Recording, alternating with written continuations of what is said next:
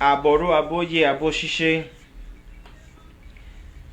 Jay-Z, Beyonce, LeBron James, Lady Gaga, Oprah Winfrey, Michael Jordan, the list goes on.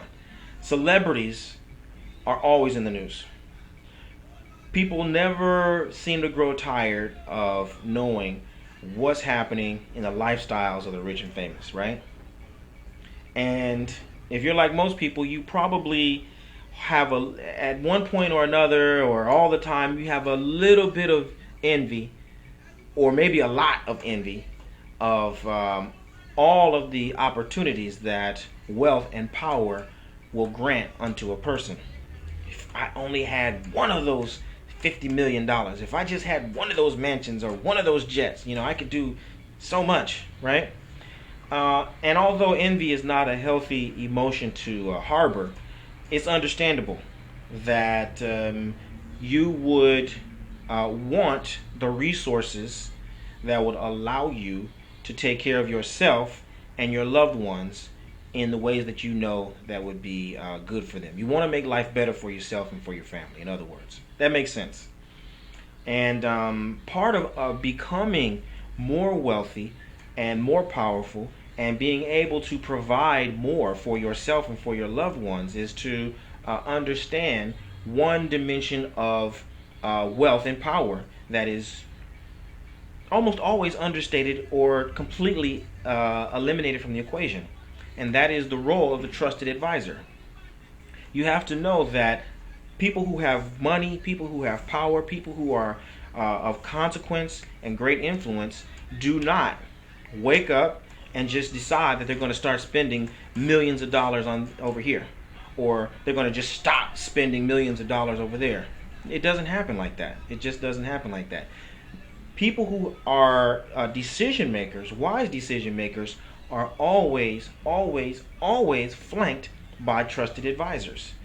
It is common knowledge in power circles, for example, that if you want to stay powerful, you want to remain progressive, then everyone around you has to be smarter than you are. Okay? That is just a requisite for being powerful and maintaining power. Okay?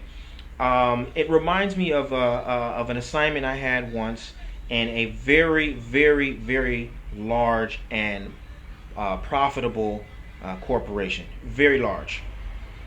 And I happened to be at a summit that this corporation had convened in its headquarters.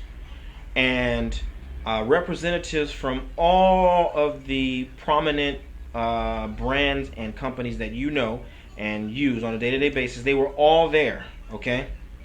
Lots and lots and lots of money and power in this room, okay? And when the CEO of the corporation took to the stage, I'm telling you, it was like seeing a king ascend the throne.